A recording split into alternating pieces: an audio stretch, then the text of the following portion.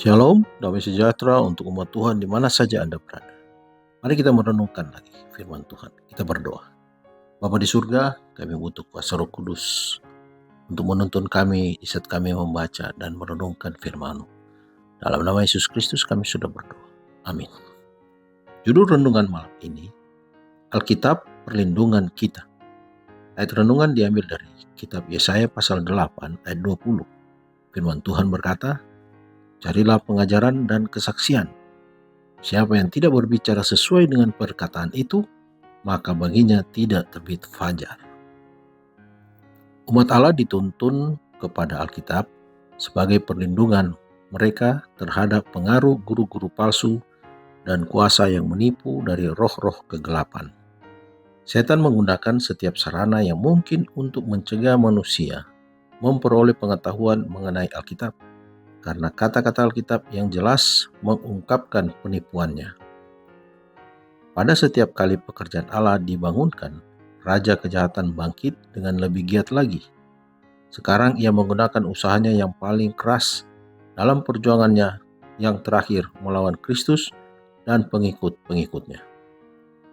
Penipuan besar terakhir akan segera digelar di hadapan kita. Antikristus akan melakukan pekerjaan-pekerjaannya yang mengherankan di depan mata kita.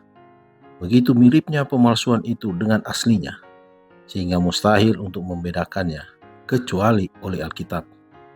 Setiap pernyataan dan setiap mujizat harus diuji oleh kesaksian Alkitab. Mereka yang berusaha untuk menuruti semua perintah Allah akan ditentang dan dicemoohkan. Mereka bisa berdiri hanya di dalam dan oleh pertolongan Allah. Agar dapat menanggung pencobaan yang datang, mereka harus mengerti kehendak Allah sebagaimana yang dinyatakan di dalam firman-Nya. Mereka bisa menghormatinya hanya apabila mereka mempunyai pengertian yang benar mengenai tabiatnya, pemerintahannya, dan maksud-maksudnya, dan bertindak sesuai dengan itu. Hanya mereka yang telah membentengi pikirannya dengan kebenaran-kebenaran Alkitab yang akan bertahan melewati pertentangan besar terakhir itu. Akan datang ujian penelitian yang mendalam kepada setiap jiwa.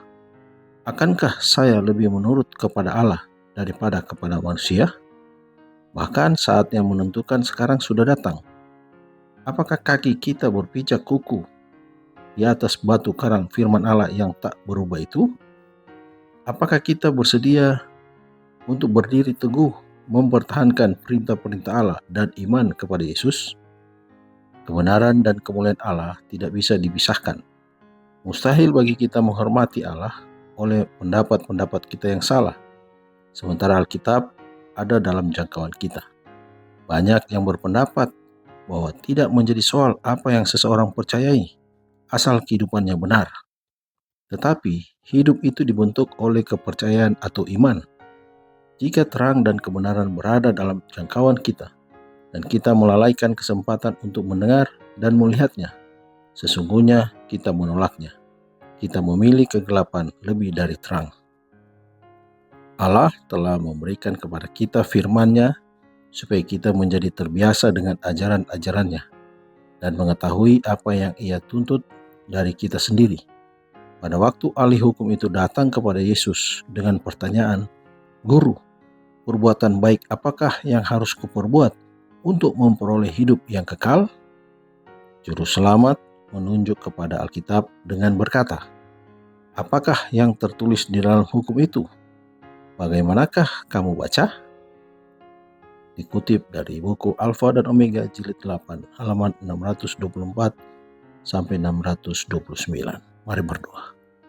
Terima kasih Tuhan untuk firman yang Engkau telah berikan kepada kami. Melalui Alkitab, kami boleh mendapat perlindungan untuk menghadapi segala tipu muslihat setan. Tuntunlah kami Tuhan dengan Roh Kudus, agar kami terus membaca dan belajar akan firman-Mu, sehingga iman kami boleh bertumbuh lebih kuat dalam mempertahankan kebenaran yang kami miliki. Terima kasih Tuhan, menyertai istirahat malam kami. Dalam nama Yesus Kristus kami sudah berdoa. Amin. Selamat malam, selamat beristirahat. Tuhan Yesus memberkati.